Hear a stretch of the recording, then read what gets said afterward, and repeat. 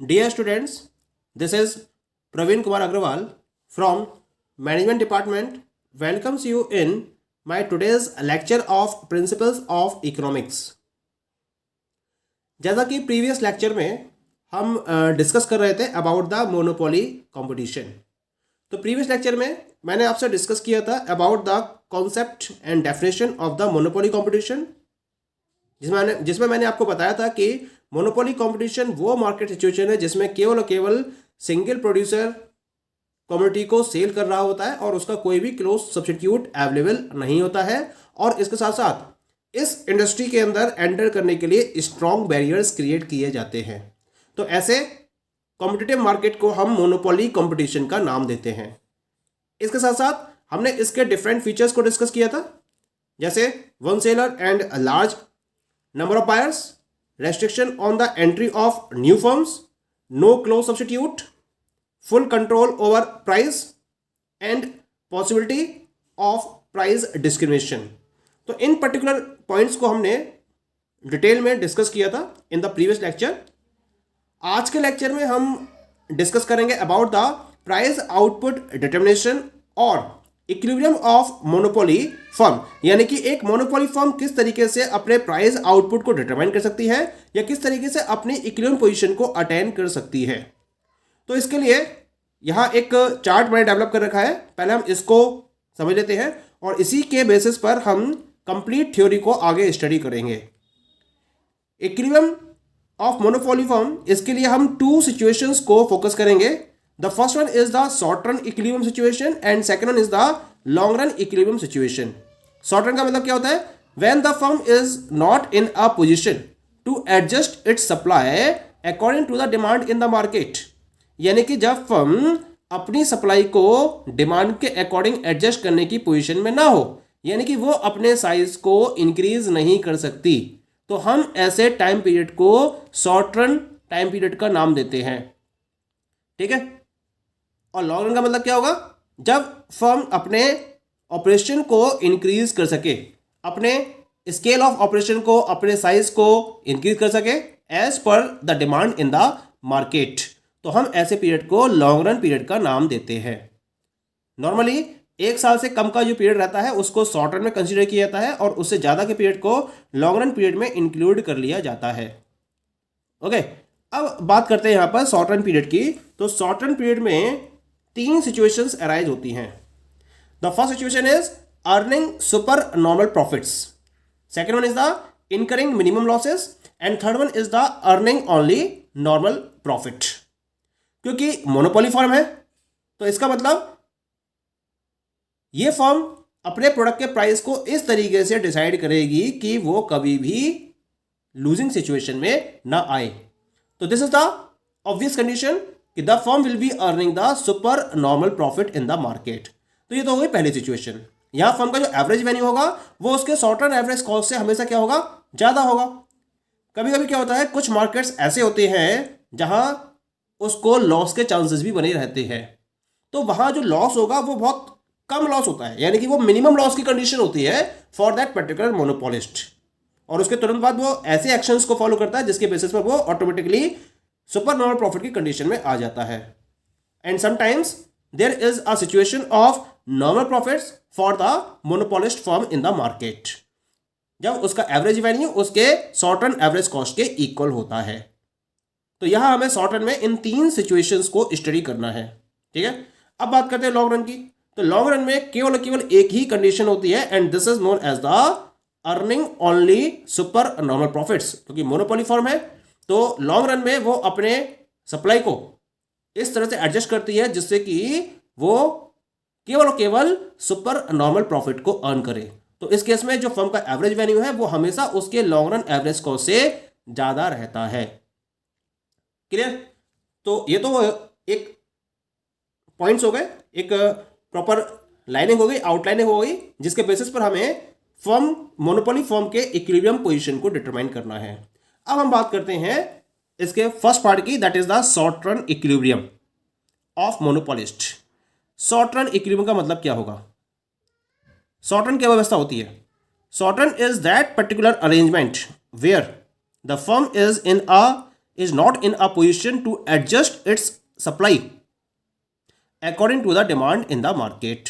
यानी कि यहाँ पर फर्म अपने ऑपरेशन को इंक्रीज करने की पोजीशन में नहीं होती है, क्योंकि ये टाइम पीरियड बहुत शॉर्ट होता है। यही मार्केट में अगर डिमांड बढ़ती भी है तो इसके अकॉर्डिंग ये उतनी सप्लाई को इंक्रीज करके मार्केट का बेनिफिट नहीं ले सकती है। तो हम ऐसे पीरियड को शॉर्ट टर्म पीरियड के कैटेगरी में इंक्लूड करते हैं। अब अगर मोनोपोलिस्ट फर्म के इक्विलिब्रियम को हमें शॉर्ट टर्म में कैलकुलेट करना हो तो उसके लिए हमें दो कंडीशंस को अप्लाई करना ही करना होगा। अगर उसका इक्विलिब्रियम पता करना है हमें, पहला पॉइंट है दैट इज फर्म का मार्जिनल रेवेन्यू उसके मार्जिनल कॉस्ट के बराबर होना चाहिए, और दूसरा marginal cost curve must cut the MR curve from below. तो हम इन दोनों कंडीशंस के बिहाफ पर जिस पर्टिकुलर पॉइंट को ऑब्टेन करेंगे वो फर्म का इक्विलिब्रियम पॉइंट कहलाएगा, और उसके बेसिस पर हम डिटरमाइन करेंगे whether the firm is earning superior profit or incurring losses or earning only normal profits. Okay. Now, these three situations are as follows. The first situation is earning super normal profits. ये कब possible होगा? जब firm का average revenue उसके short run average cost से ज़्यादा होगा, तो हम उस सिचुएशन को सुपर नॉर्मल प्रॉफिट की कैटेगरी में रखेंगे। ठीक है, इसके लिए हम एक पर्टिकुलर स्टडी को फॉलो करते हैं। यहां पर एज इन द डायग्राम, यहां मैंने फर्म के, जैसा कि हमें पहले भी हमने इसको डिस्कस किया था कि हमें इन कंडीशंस को, सिचुएशंस को रिप्रेजेंट करने के लिए दो टाइप के कर्व्स की रिक्वायरमेंट होती है। पहला होता है हमारा रेवेन्यू कर्व और दूसरा होता है हमारा that is the cost curve. Revenue curve में हमें दो कर्व चाहिए होते हैं, एवरेज रेवेन्यू कर्व और मार्जिनल रेवेन्यू कर्व, और कॉस्ट कर्व में average cost curve and marginal cost curve. यहां मैंने मोनोपोली फर्म के एवरेज रेवेन्यू कर्व को रिप्रेजेंट किया है। ये क्या है? ये डाउनवर्ड शेप में है। It is downward from left to right, जैसा कि डिमांड कर्व होता है। क्यों? क्योंकि यहां पर प्राइस वेरी करता है as per the demand in the market. जैसे जैसे क्वांटिटी डिमांडेड प्राइस बढ़ता चला जाता है, डिमांड कम होती चली जाती है, या प्राइस कम होता है तो डिमांड बढ़ती चली जाती है। तो क्योंकि प्राइस और क्वांटिटी डिमांडेड में एक इनवर्स रिलेशन की सिचुएशन होती है, इसी वजह से इसका जो एवरेज रेवेन्यू कर्व है वो क्या है? It is downward from left to right. और इसके साथ साथ इसका जो एवरेज रेवेन्यू कर्व है वो कैसा होता है? इट इज इनइलास्टिक या लेस इलास्टिक। ये भी हमें ध्यान रखना है। इसे मैंने आपसे रेवेन्यू कर्व्स के कॉन्सेप्ट में डिस्कस किया था कि जो मोनोपोली फर्म है उसका average revenue curve in elastic होता है। क्लियर? और मार्जिनल रेवेन्यू कर्व हमेशा एआर कर्व के बिलो होता है। तो this is the AR curve of the monopoly firm and this is the MR curve of the monopoly firm. Now situation क्या है आपकी? एवरेज कॉस्ट कम है और एवरेज रेवेन्यू ज्यादा है, तो जो short run average cost curve है वो एवरेज रेवेन्यू कर्व के नीचे होगा, बिलो होगा। तो this is the situation of the short run average cost. Clear? Short run marginal cost curve क्या होता है? वो short run average cost curve को उसके लोएस्ट पॉइंट से कट करते हुए ऊपर की ओर निकल जाता है। तो this is the short run marginal cost curve of the firm, जिसको मैंने एसएमसी से रिप्रेजेंट किया है। क्लियर? ये तो हमारे चारों कर्व्स ऑब्टेन हो गए। अब हमें यहां अप्लाई करनी है condition of equilibrium. Condition of equilibrium क्या है? Marginal revenue must be equal to marginal cost. This is the marginal cost curve, this is the marginal revenue curve, both are intersecting at the point E. So this point E is known as the equilibrium point of the monopolist firm. ये इसकी equilibrium position को define कर रहा है। अब आपको क्या करना है? इस पॉइंट से एक परपेंडिकुलर ड्रॉ करना है और इसको ऊपर तक इंक्रीज कर देना है up to the point B, और यहाँ एक्स एक्सिस पर मैंने इसको up to the point Q तक इसको एक्सपेंड किया है। इसका मतलब जो फर्म का इक्विलिब्रियम आउटपुट है वो कितना हो गया? That is equal to OQ। ये फर्म का इक्विलिब्रियम आउटपुट हो गया। नाउ ये जो परपेंडिकुलर है एवरेज कॉस्ट कर्व को ए पॉइंट पर कनेक्ट कर रहा है। इसका मतलब जो फर्म का एवरेज कॉस्ट है वो कितनी हो गई? AQ। Average cost will be equal to AQ and this is equal to OC। Clear? यही परपेंडिकुलर जो मैंने ड्रॉ करा है E पॉइंट से, ये एवरेज रेवेन्यू कर्व को B पॉइंट पर कनेक्ट कर रहा है। BQ is the average revenue. Okay, and this is equal to OP. Now come to the theory. The revenue of the firm is equal to BQ and this is equal to OP from the diagram.